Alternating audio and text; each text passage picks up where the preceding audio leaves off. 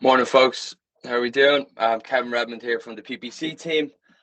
Joined by Sean Cooper from the design team, and I'll be facilitating the questions today that have been submitted in advance on Slido. This design surgery is all about registration, plan ownership, etc.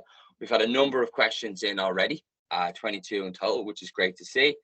If you do want to send in more questions across this session, the code on Slido is hashtag MHHS Reg. That's MHHS or EG Reg. Sean, are you ready to kick off and we can push on to the first question, or do you want to wait for a few more people to join? No, I think we're good. I think we'll make a start. Yeah. Brilliant. Okay, feel free to upvote all the questions that come in as well, folks, so we know which ones are most pertinent to people. So we'll start off in chronological order. This one states that BP2, which is I suppose business process 2, states DS receives MTDs from new MS following interface 36. BP3 states DS receives MTD after MS receives IF35. This appears inconsistent, and can you clarify? So I think what should happen is that so I think we probably do need to just double check the process diagrams to make sure that they are consistent. I think where we landed in the working groups was that we had this concept of the incumbent metering service, and effectively so as to make meter technical details available to both prospective metering services and data services, so as to make those metering MTDs available as quickly as possible. I think we landed on this the incumbent metering service. So effectively, the metering service that is appointed when a prospective service appointment is accepted, are you still with me? Would send the MTDs to both the metering service and the data service. And I think the idea of resending them later on from them by the metering service to the data service was as a kind of double check handshake. But we'll take that. We'll double check exactly where the working group landed on that, and make sure that the diagrams are consistent. Nice one, Sean. Cheers. When a change of SP coincides with a change of supplier, will DI800 be set to change a supplier in IF 33, 34, 35, and 36? When a change of service provider coincides with a COS, will DI800 be set to COS? Yes, it should. It should be. Although, if I had a let's say I was doing a COS that happened to be coincident with a planned change in connection type, then I might want to use the SEG scenario code, even though it was a COS, so as to give me that extra, so as to allow for that extra breathing, small breathing space to get the connection type and metering updates done. So yeah, on a normal COS, you would use the code COS. But if you happen to be planning, if the incoming supplier was also planning to arrange a change of connection for his to coincide with his SSD, then I think I would use the SEG code in that scenario. Super, thank you. When a service provider is notified of another change of service provider, will DI800 be set to USP or CSP? The answer is CSP. Can you confirm what specific appointment scenarios would use USP? So the service providers, the service provider is notified of is effectively notified of the change through the either through the initial appointment request, interface 33, or by virtue of receiving a D appointment, and both of those flows I think I'm right in saying will contain the kind of the the service providers that are incoming or outgoing. The setting of that scenario is really set by the supplier, depending on what depending on what the appointment scenario is. So I think there are 4 codes, as we mentioned. The COS one, which would be used for a bog standard change of supplier. The SEG one, which would be used either on a change of supplier coincident with a connection type change, or if it was just a pure connection type change, and as a result of that connection type change, I was also needing to change agents. The CSP one I think would be used where I was just doing a normal change of service provider, or change of agent in old money. And then the USP would be where I'm not changing the service provider, but I'm updating some characteristic of the appointment. So I think those are the sort of 4 use cases for those codes. So hopefully that helps clarify that. Brilliant. On receipt of IF8, will registration issue an IF33 with a USP appointment scenario, or will IF33 only consider energization status on appointment with IF8 taking over? Yeah, so I think that effectively the latter. So no, an interface 33 wouldn't be issued off the back of an IF8. So IF8, again, hope I'm right in saying this, is notification of a change in energization status. So that would go to the appointment.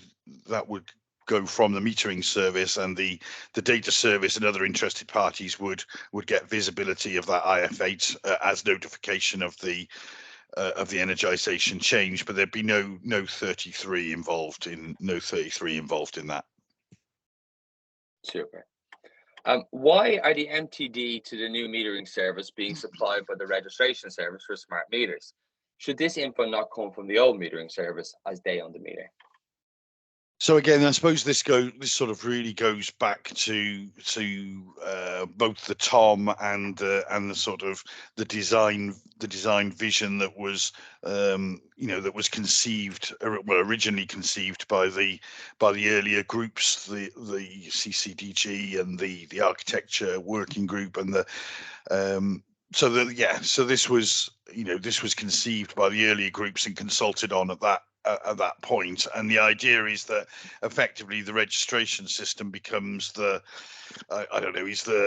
is kind of the central party that's deemed to hold the current most accurate de facto view of what of the meter, of the registration status, of the meter technical details. So that was, like I say, that's a kind of design concept that has been there since since the TOM was as part of conceiving the TOM, way back when. So that was and obviously we've inherited a number of decisions and sort of design constraints from those previous sessions. So I think hopefully that answers that. Super, thanking you. For a change to an existing appointment, will all fields on the IF33 be present, or just the changed fields along with those mandated? I think again, perhaps we need to go and double check the appropriate. I think my default answer would be all fields would be represented. Why wouldn't we do that? But if if that were going to cause some problem or issue, then we could look at that. But I think our feeling was that all fields would be represented, as it's an opportunity to again just have that handshake that everyone's holding the most up-to-date data. So I think that's the way the interface is conceived at the moment. But if people think might cause difficult to see what issues it would cause. But if people have a strong feeling that that should operate in a different way, then it'd be interesting to understand their rationale and have that fed back in the comments. But at the moment, yeah, I think all data items would be represented. Brilliant. Can you confirm at this stage that there are no changes to the CSS processes in BP01?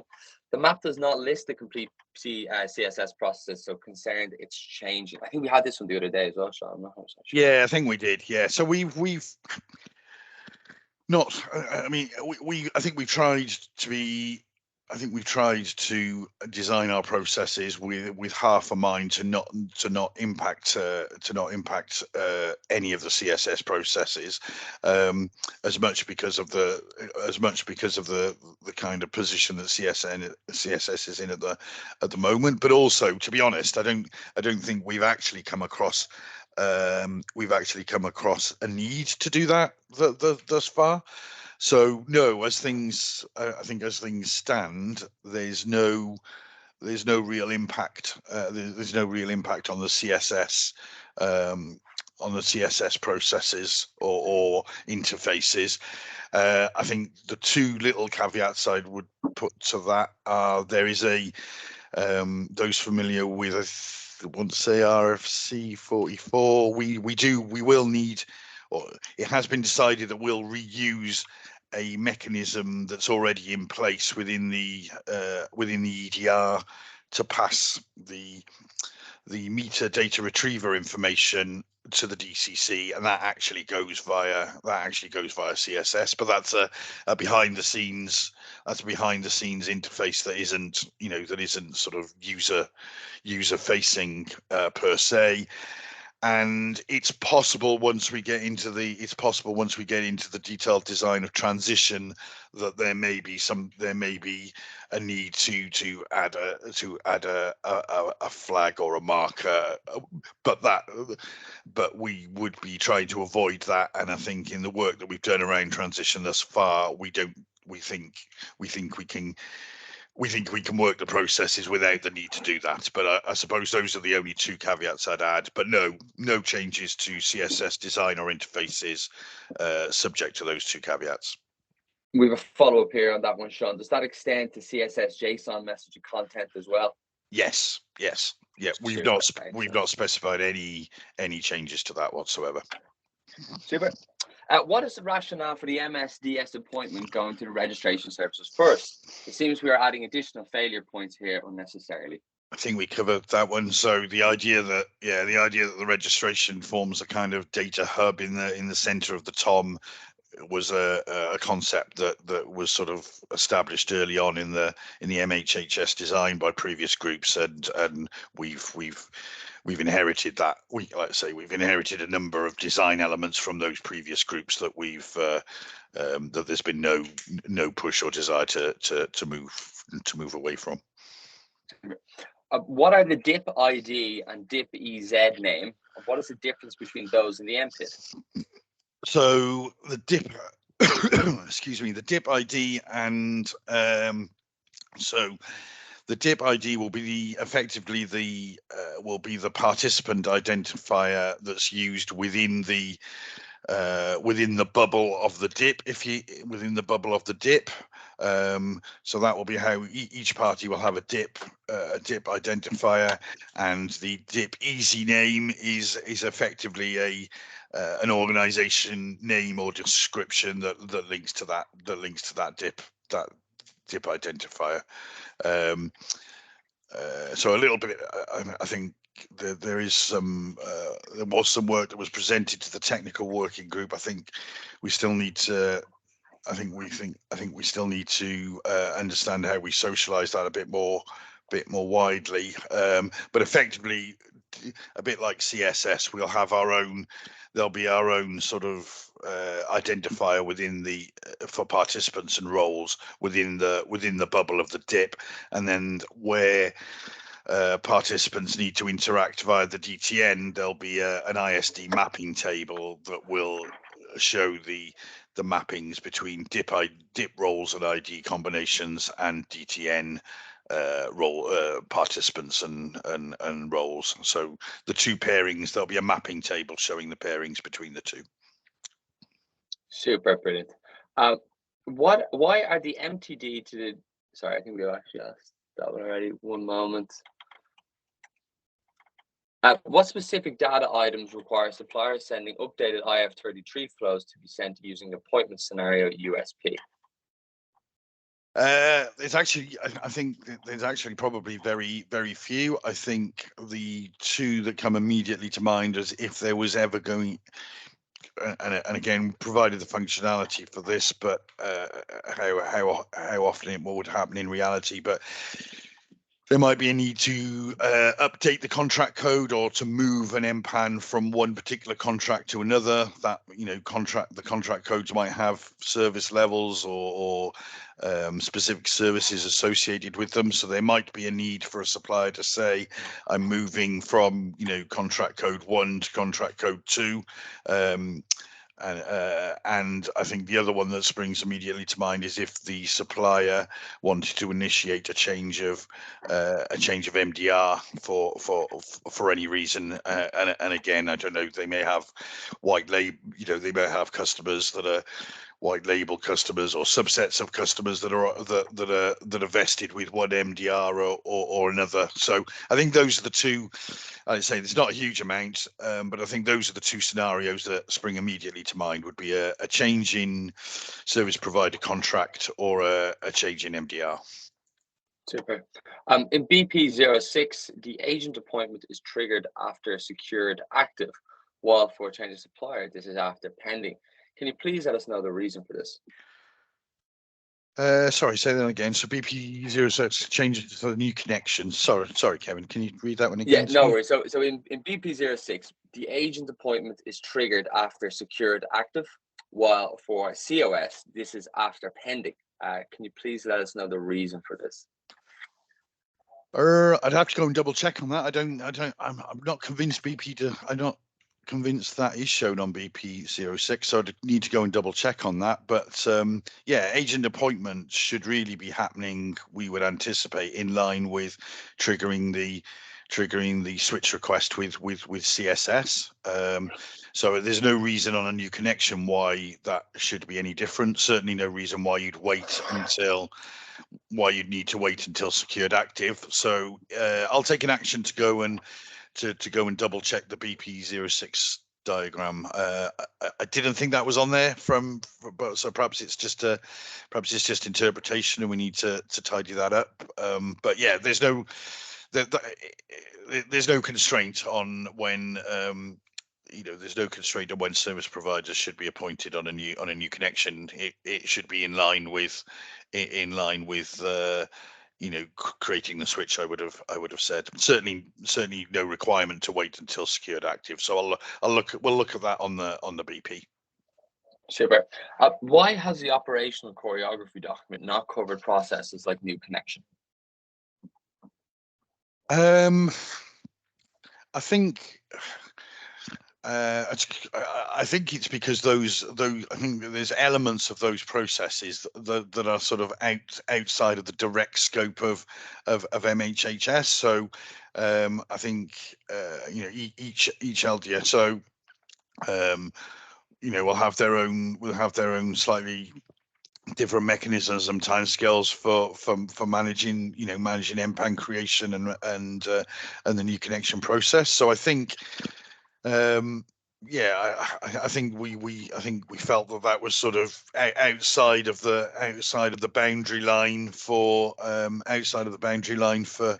MHHS scope. Really, I think if people felt that if people felt there were elements of that process that had a direct impact on the sort of MHHS processes, then maybe we'd need to look at that again. But I can't see how that would be the case. MPAN creation sort of happens, up front. Then you've got the process of creating it in CSS and getting it registered. So all of that sort of outside of the boundary of MHHS per se. But yeah, if there are specific concerns and or worries about a specific impact, then I'd suggest people feedback in the comments, and we can perhaps look at it again.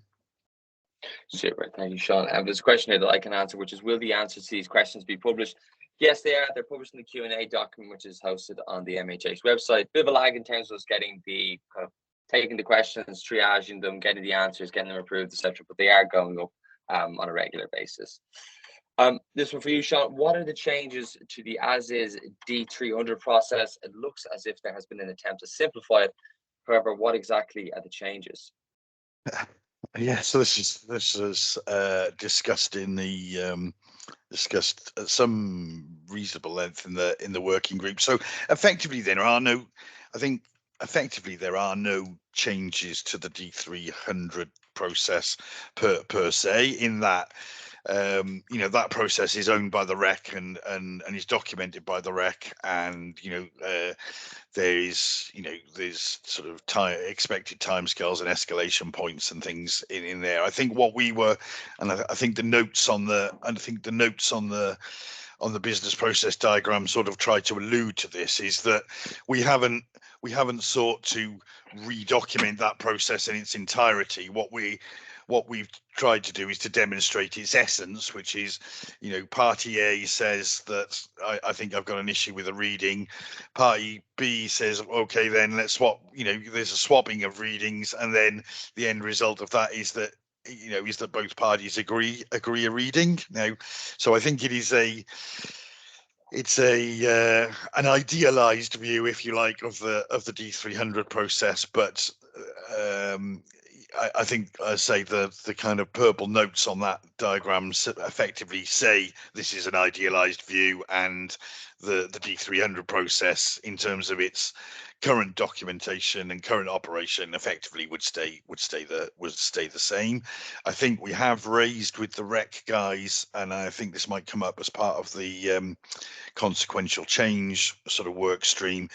Does the D300 process, is it still fit for purpose, or does it still work in light of both quicker switching and MHHS?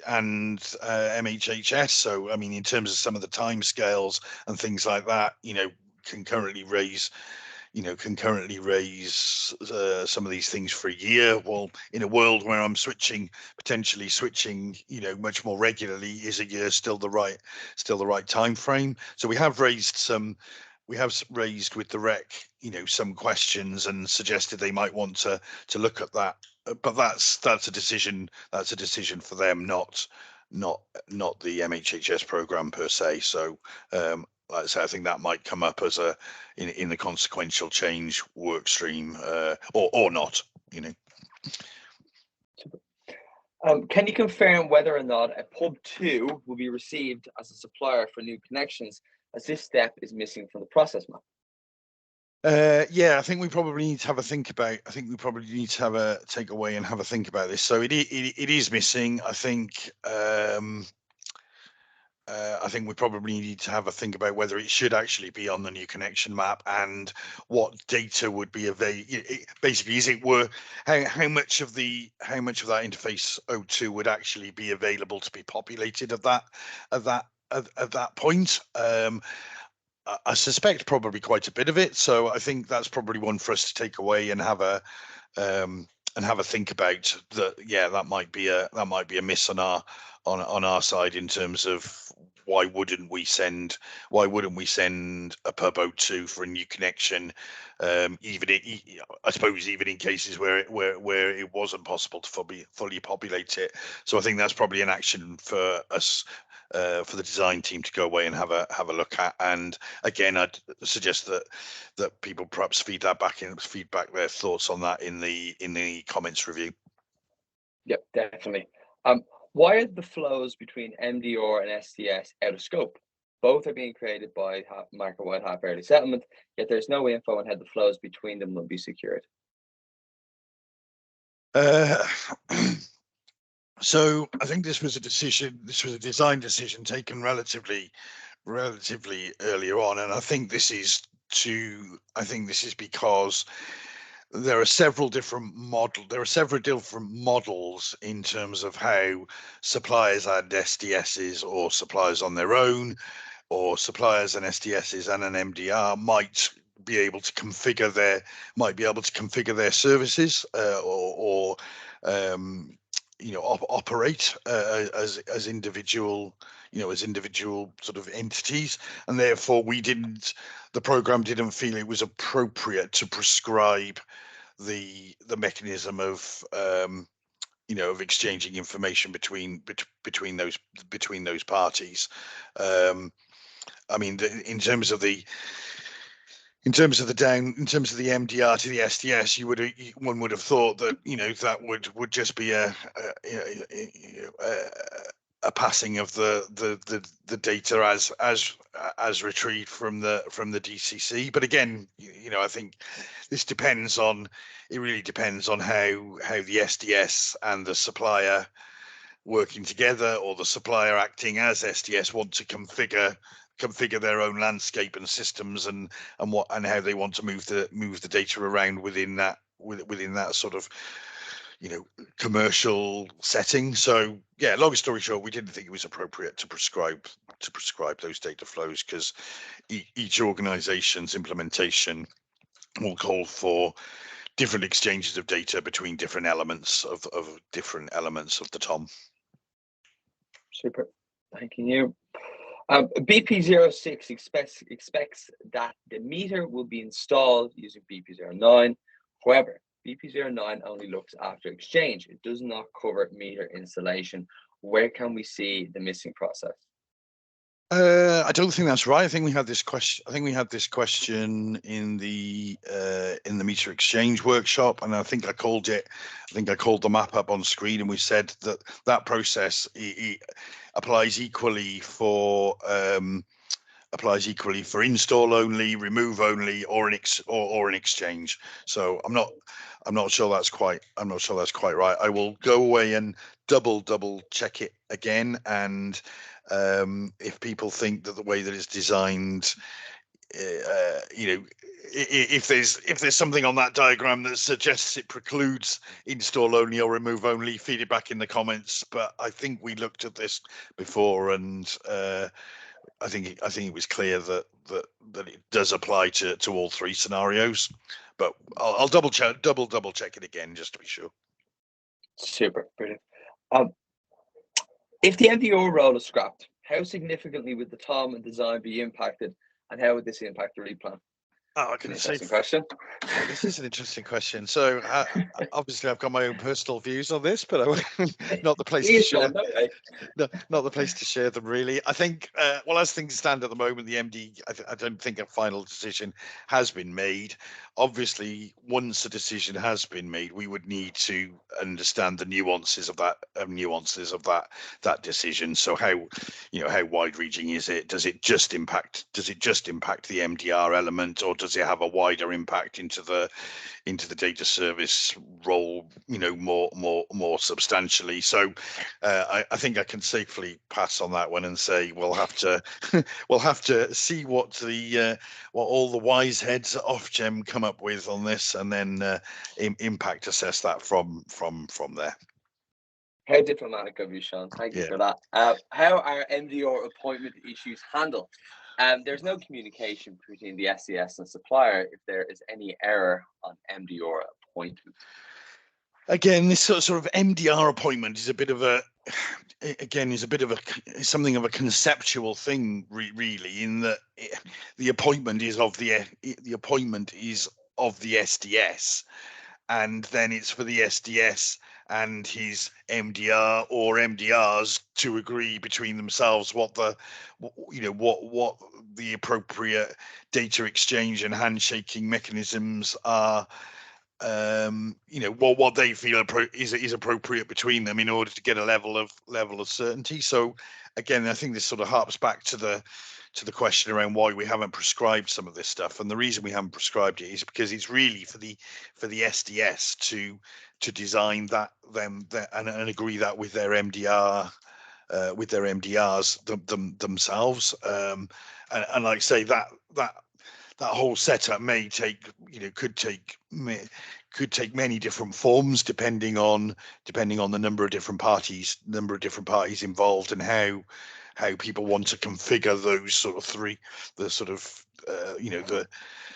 three elements of the service, if you like, whether it's in-house at a supply or separate, or so they, yeah.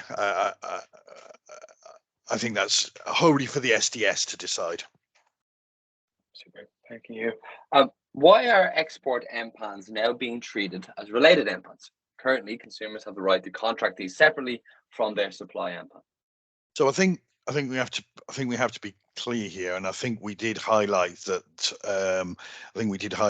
When the code drafting will make it much clearer when these things should apply and when they shouldn't. But we're not saying that all export MPANs now must be linked to an import. Absolutely not. We're saying that they should only be linked where it's appropriate to do so. So, for example, where I might have a meter that is I've actually got a single dual element meter that's dealing with both the import and the export. That would be a classic case of sort of linking them where they would need to be linked together, because the feeling was that I shouldn't have two different metering services or data services responsible for the same physical meter. So I think in the working groups we decided the exact criteria of when export should be linked to an import would be fully fleshed out by the code change group. But yeah, so it will depend wholly on the circumstances. But absolutely not all exports will need to be linked or should be linked. Super. There have been a number of instances where the change of supplier secured active has been delayed. How will the system handle such delays, and would it send the appointment lapse? Yeah, so I think this is something that the registration service will need to be cognizant of, and I think we have got some requirements around. Some requirements within the registration service requirements around highlighting the dependency between, the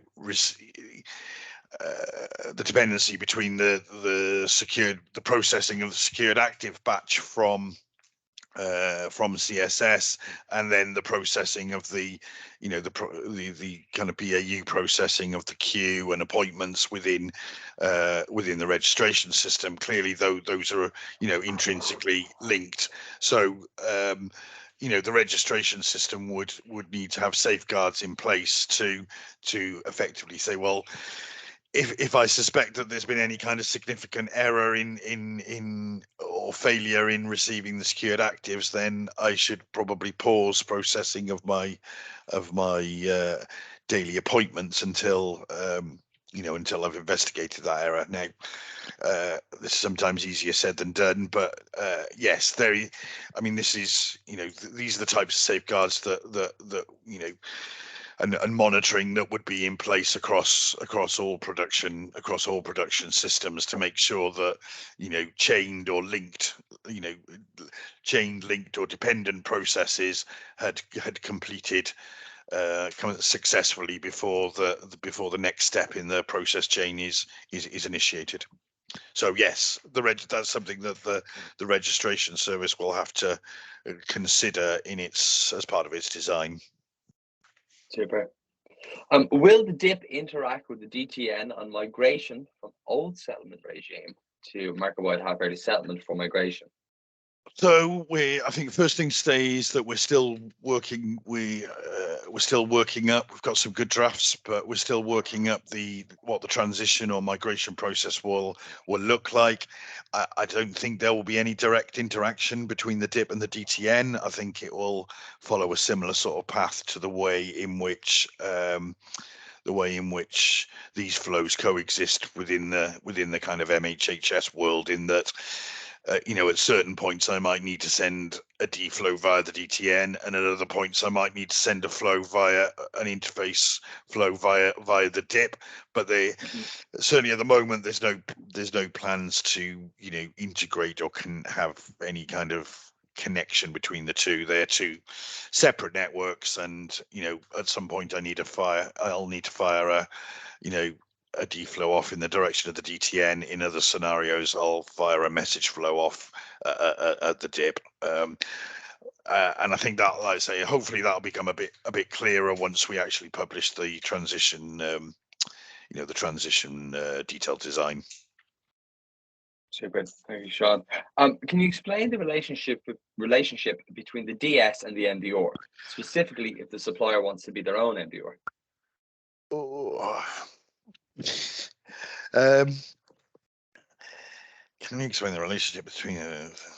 So I suppose this comes back to the point I was making earlier, really, which is the way that these entities are configured. You could be done in a number of different ways, and they could all be done internally by a supplier, or they could or you could have the kind of supplier and contractor model, or you could even have some kind of blend of the two. So I think I would sort of revert back to the. I think I would sort of revert back to the Tom in terms of saying, well, there are three kind of areas of responsibility, or three kind of sets of tasks, if you like, that would sit with the the supplier, the data service, and then the MDR, and how those are exactly the various different configurations of those will vary depending on what each organization feels is provides the best service for them, or the best commercial offering for them. The DS, I suppose the data service, is responsible for having an MDR function. Now again, whether that's within the wider data service, or whether that's a third party, or whether it's the supplier, that would be for each sort of supplier data service to figure out and design that arrangement between them. Have I successfully dodged that question, do you think? I think you have, yeah. Yes, sure. And I'll just come in there. Go on, Kev. Go on. I think the common misunderstanding that people have got is the Tom designed it such that MDR role could be performed by anybody, including the supplier. So if the supplier is collecting the data, and then that supplier is then part of that SDS role, and he is the MDR. I think where some of the confusion is coming with the modification, which has split out a role called the MDR as a separate thing from the supplier. But in terms of the Tom, the person collecting the data is the MDR, even if that is the supplier. Thanks, Kev. Appreciate that. For a linked smart MPAN, it is noted that the DS will be different from primary. How will the DIP know which DS to appoint, as the IF31 flow is only sent for primary? So it won't be the DIP that's doing that. It'll be the registration service. So I think this is sort of this sort of links back a little bit to when the CCDG, or the code change group, define exactly the circumstances when export MPANs should be when export MPANs or MPAN should be linked or not. But the way it would work in MHHS world would, yeah, the appointment is done. The appointment is done by the appointment is sort of made on the primary MPAN for a group of related MPANs, or for the import MPAN on a sort of import export linked type arrangement, and then the secondary MPANs or the export would move if they were linked. And I think it's the linkage that drives the automated moving functionality, and it will be the code definition that describes whether there's an expectation that they should or shouldn't be linked. Perfect. Given that most supplier to registration service communications are done via the DIP, what is the rationale for retaining the D386 for related MPAN maintenance? Yeah, this is a very good question. I think there is a good case. I think there is a good case for moving the D386 over to the DIP as well. But I think that albeit it's not in the current design, so I think that would be probably fall into the change request sort of arena. But I would urge people to feedback their thoughts on that in the comments review, particularly suppliers. I suppose we were kind of I think that particular flow has sort of fallen sort of in this kind of little grey zone between not wanting to do change unnecessarily, but I think it's now left as something of a bit of an anomaly that probably does need sorting out. So I'd urge people to feedback their thoughts on whether they would be happy to see that flow migrated over to the DIP in the review comments, and I think it's possibly something that the design team may choose to raise a CR on a later date if yeah. Super. Wouldn't it be possible for a supplier to obtain historic half-hourly settlement data from an MPAN? Yes, in the advanced segment, an incoming data in the advanced segment, an incoming data an incoming advanced data service will be able to receive a sort of 4-month period worth of historic data. And then alongside that, we've also created this new kind of reinvented EAC-AA that will be maintained by Elexon Central Systems. So so there will be some kind of ongoing measure of or reckoning of annual consumption as well. It won't. I don't think there is a mechanism under the current design for the supplier to obtain that data, or not. Yeah, there's no mechanism for the supplier to obtain that data in the design currently. He would have to rely on this, like I say, this new centrally calculated annual consumption or annual. Yeah. Super. Are suppliers expected to send updated IF33 to service providers where there is a change in connection type and/or market segment using appointment scenario USP?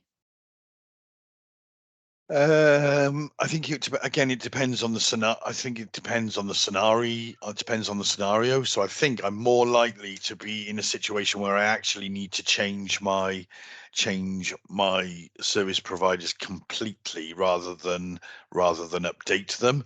So, but if I was in a scenario, let's say where I had advanced agents appointed already, and the connection type left me left me still in advance, unless I'd moved from, I don't know, an LVCT to a HVCT. I don't know how realistic that is, but if the change in connection type keeps me within, let's say, keeps me within the advanced segment, then no, I don't think that it's not anticipated you would need to send a 30 flows 33 in those circumstances, because the appointment of the service providers is still valid. You're still still remaining within the advanced segment, and those service providers would be updated when the connection type or the segment, well, in this tape, wouldn't. When the connection type changed, they would be copied in on 43. They would get interface publication 43 as well, and that's what would trigger the update of their record. So no. I don't think there isn't a need for sending of a 33 in a connection type or market segment. But obviously, in scenarios where that change in connection type resulted in a change in market segment, then I'd be looking to appoint brand new agents from scratch. So that'd be interface 31, and then going through the change service provider process. So I hope that helps there. Brilliant. How is ECOS changing to support the new registrations as metering data items? Can this data not be exposed for the registration service? So we have ECOS or EES is managed by RECCO. So that'll be covered. So the changes to EES or ECOS will be covered in the consequential change sort of work stream. We've published a MHHS requirements sort of specification for ECOS, which highlights the new data items and the things that we think, or we would suggest, need to be incorporated into and made visible into ECOS. So if we're looking at just a data perspective to begin with, then I've no reason to suspect that the REC guys wouldn't look to incorporate all those new data items and make them visible in ECOS.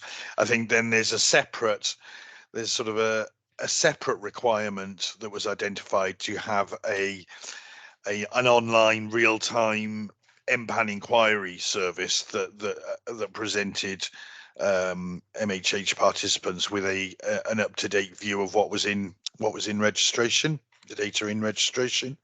And now, I think it's been established that the current design of the registration system doesn't lend itself to also being a portal to the outside world. So the way in which we envisage this, the way in which we envisage the industry meeting this requirement is to have some kind of upgrade to ECOS EES that would make it near real time. So you'd be getting as soon as the registration system was updated, it would immediately pass those updates to ECOS, and they would be visible within a time frame of minutes. I think some of the timescales here still to be bottomed out and agreed, but we would be talking about a time frame of 5-10 minutes tops before that change was then visible in ECOS. So effectively, you'd be getting an almost real-time view of the registration system, but through ECOS, using both the existing ECOS APIs and possibly some new APIs, or some updated APIs as well. And I think the RECCO guys are currently looking at there's a number of options as to how that real timeness might be delivered, and they're looking at all of those. They're looking at all of those things at the moment, and I guess this will get some further discussion and visibility in the consequential change working stream as well. So I hope that covers that one off. Super. And we've had another question coming in here just about where people can access the answers to the various questions. I've replied to that on the Slido itself, and I've highlighted the questions. So if you go onto the Slido and go into the replies, you can see where you can access the URL that'll bring you to where the page sits, and also directly to where the PDF of all the questions and answers that we've uploaded to the website so far sit as well. The next question here, Sean. If a customer agrees to a new contract with an MS or a DS, would the agent be automatically appointed by the registration service, or would the supplier need to appoint the new service? Absolutely, this sits with the supplier. So we have, I think people might have noticed, we have got there is functionality delivered as part of MHHS that allows a metering service or a data service to say to record in registration, hey, I've got a I've got a direct contract with this customer, but that is purely informational and it won't force a movement to that customer, and it won't constrain who the supplier can appoint. Obviously, if I'm a supplier and I'm trying to offer the best customer service possible, I'd be looking to try and help that customer out by appointing and facilitating the appointment of whoever he had a direct contract with. But there's no automation and there's no controls on that, so the supplier is completely free to appoint whomever he wants. Brilliant, thank you. For BP07 disconnection, DB03 can't be sent until meter has been removed and the MO has set the end date in MPRS to blank. Should this validation be shown here? I think this would probably be for the LD. I think this is for the LDSOs and St. Clements to work out what their low level, we're not specifying. We're not specifying the mechanism and the low level detail of how participants should configure their should change and configure their systems. So I think we've got I think that's one for the LDSOs and St. Clements to have a conversation about when they're talking about their design, how their design should or how their design and current systems need to change to meet the MHHS design. But I think we've so yeah, I think that's my answer to that one. Perfect. BP02 states the DS receives MTDs from the new MS following IF36. BP03 states that the DS receives MTD after MS receives IF35. This appears inconsistent. Can you please clarify? I think we did this one. Yeah, we might have actually. Yeah. Early doors. I think I'll take an action to go and double check it, but I think the idea is that the incumbent, as I said, we have this concept of the incumbent metering service, which is effectively the metering service that's appointed at the moment. A service provider accepts a new appointment, and the idea is that he would then send meter technical details on to that party, whether it's the metering service or the data service, so that they had visibility of the MTDs as early as possible. And then as a kind of in keeping with the way things work today, and the more of a formality handshake, if you like, once the metering service was formally appointed, he would then send on the meter tech details. So yeah. Super. All of the interfaces have spaces on the page for sample JSON messages, but all of them are blank. Can you advise when these will be completed, please? Yes. So we were just waiting on the completion of the sort of JSON schema. That's been done and was I think published last week. So I think we will probably be able to release those examples very, very, very, very shortly. So leave that with us and we'll confirm a date. But no reason why we couldn't do that, relatively imminently within the next, week or 10 days or so, if people really, if there was a desire for it. So leave that one with me, and I'll take that back understand what, and we'll come up with a date for sharing those. Super. Will the MPID used for the current model be used for the MHHS model? If so, this will affect routing and service providers. Ideally, a DS or MS will have different MPIDs to an MLDC. Can you confirm? Yes. So I think, again, I touched on this one. I think I touched on this one earlier on. So metering and data services will need to obviously have presence or representation in both the DIP world and the DTN world. So all within the bubble of the DIP, participants will be identified using a DIP ID and a DIP role code as a pairing, and there will be and participants will have a DTN participant ID and role code pairing, and the program will publish and maintain a mapping table showing the DIP pairings with the DTN pairings.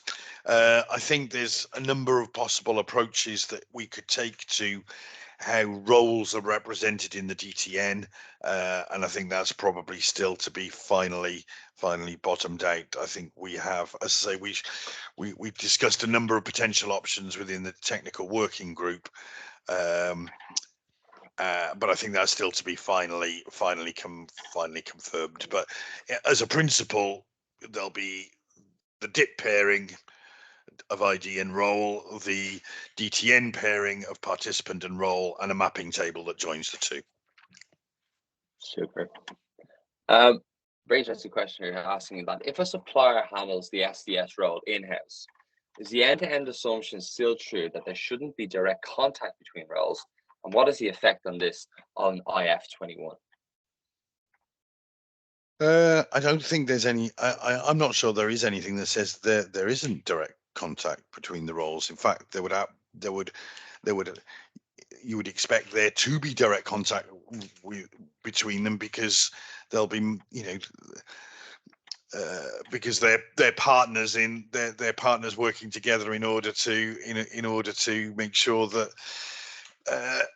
accurate data reaches settlements. So there's certainly nothing that says that absolutely the opposite. In fact, in the same way as suppliers work closely and interact with their DCs today, so they would with their data services tomorrow, and the nature of the relationship is very similar, albeit the roles have changed slightly.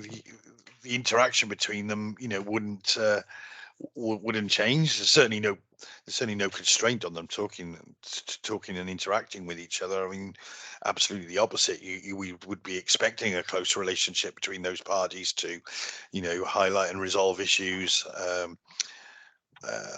don't know what I mentioned. Interface 21. I mean, Interface 21 prescribes the submission of data into settlements. As we said earlier, the way in which data is swapped and exchanged between the entities within a supplier data service MDR bubble is up to them. But perhaps perhaps a variant of the Interface 21 is a good starting point. Why? But that internal design is for each of those organizations to agree themselves. But Interface 21 seems like a good starting point to me. Super. What is replacing the D367 and the D10s when a supplier remotely updates the tariff on a smart device? So I think in the MHHS world, that certainly the metering service is no longer the metering service is no longer concerned with how the meter is configured at a register level. So he know that his primary concern is what is the meter itself and the meter character and the key meter technical details. How the meter is configured in the MHHS world isn't, he is not really his concern. The SDS is primarily concerned with consumptions. So when he's attaching them, connecting to the meter, he'll be downloading the consumption log and using that as his primary data source. So again, at one level, he also doesn't necessarily care how the meter is configured. All of that said, there are certain times when understanding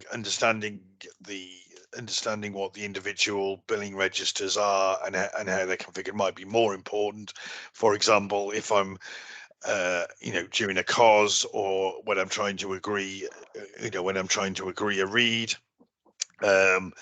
or if I'm trying to trying to problem solve some issues with the meter, and I think those scenarios are catered for within the exchange of meter readings process. So I don't think there's a need. I don't think there's a need for the data service to understand how the meter is configured in the way that there is currently when he's using readings to determine consumption. In the MHHS world, he's getting that consumption straight from the meter. Kev, I don't know if you got any. Do you got any thoughts on that one? Yeah, so I think you summarised it well. So they'll be accessing, provided the customer's not opted out, then they will be accessing from a smart meter the profile data logs, either for import or for export. There will be a separate service request, which will give the data service the time of use log, but they only really need the cumulative read in order to estimate. They do not need to know which of those registers is configured for what purpose. The only caveat to that is we're currently looking at issues around economy 7, economy 10 meters, and one of the potential solutions to that might require that information to be made visible to the smart data service, but that is in its infancy, that discussion at the moment. Excellent, thanks, lads. What reason code should be used in IF31 for when it is because of a new connection, i.e. a new MPAN? None of the given scenarios or reasons cover this. So I think it would be cause, and I think there is a reason code. I think there's an event code of initial registration, but I would need to go and double check and remind myself. But yeah, the scenario code would be change of supplier, but I think the event code would be initial registration. But let me double check on you can that. get back. We can get back. That's brilliant. Why should a supplier need to qualify and have MD or DIP ID when appointing the SCS when they're using their DCC supplier access to collect the half-yearly data?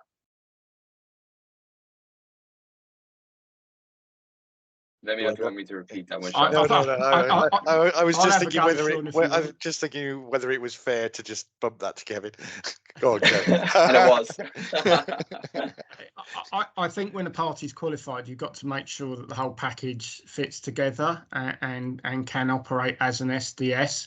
I think in terms of the supplier's ability to collect the data from the meter, if he's appointing an MDR, then I think that's a given, and I think that would be taken into account in the qualification processes. Super, thank you for that. When there is a change of connection type in IF43, would this also invoke a change to the existing registration message IF33? Sorry, that should read, when there's a change of connection type IF43, will this also invoke a change to the existing registration message IF33? No, so I think I picked this one up earlier on as well. It kind of no. There would be no. There'd be no IF33. IF33 doesn't figure in this particular way as part of a change of connection. All of that said, it depends on the nature of the change of connection as to whether I have to change my service providers because I'm going from one segment to another. I appreciate that's a complicated question. So if the person who's raised that wants to reach out, we can have and I'm sure further down the line we'll be doing a lot more sessions on change of connection type, change of segment, because it is sort of by far the most complicated bit of the design, I think. But the specific answer to the question is no. The data service and the metering service get updated with the new connection type via IF43, and there's no need for the supplier to initiate, or there's no need for interface 33. Excellent. When updating an existing appointment, will the registration service provide both the unchanged and changed data items in the IF33? I think we've done these now. I think have we run through these? Are we back to these? I think I recognise most of those that are. Yeah. Oh, yeah, I think there's some here at the end that have come through. So I think those ones from 1014 we've covered. And if we have obviously the questions and answers, we'll go for those. But here's one here asking, where and how will the information be published to define whether an MPAN is in the market-wide half-yearly settlement TOM or not? During transition, it'll be needed to know its position. Yeah. So as I said, I think we're working up the transition and migration design at the moment, and there's also ongoing discussions both within the program and more widely around the exact circumstances when effectively can the exact circumstances when it might be appropriate to move a specific MPAN out of MHHS back into normal world operations. If that was perhaps related to a cause, if you're having a cause between a participant that was already MHHS enabled and a participant that wasn't. So we're looking at all of these kind of issues as part of the transition design, and I think there is a migration working group as well that the design team will be working with to sort of thrash all of these details out over the coming coming weeks and months. So I think the plan is to have some kind of transition design set of processes and requirements for back end of October time, and earlier to the migration and transition working group. I'm sure I'll just come in there as well in terms of telling whether an MPAN's moved or not. In the old world, the registration date will have a measurement class, and in the new world it will not have a measurement class but will have a market segment. So it should be able to identify whether an MPAN has or has not moved across merely from those data items. Yeah, and we're also, as part of the design, the transition or migration design, we're also thinking about whether, do we need a specific flag for the avoidance of doubt and things like that. So I think all of that will come out in the wash as part of the transition design. Excellent. There's a point here being made that a good 40 to 50% of the people on these webinars are not male.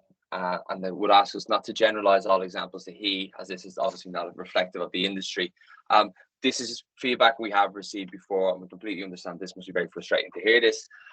What I will say is that this is feedback we've taken back into the program. We've had discussions about it, and we are making best efforts to address this and improve this in terms of the gender pronouns that we use when we refer to different elements of the program itself. Understand it's very frustrating, but thank you for bearing with us while we, get up to speed and make the changes required. But we will bring this further feedback back into the program as well. So thank you for that. A final question here, just on the closeness of relationships between supplier and SDS. I think the question asks, I think we need clarity on how close is too close. For example, shared systems, one copy of data used by both, etc.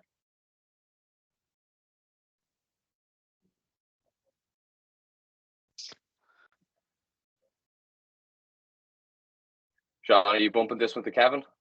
No, I was just contemplating the last. I was just contemplating the last contribution. There's nothing that says they can be.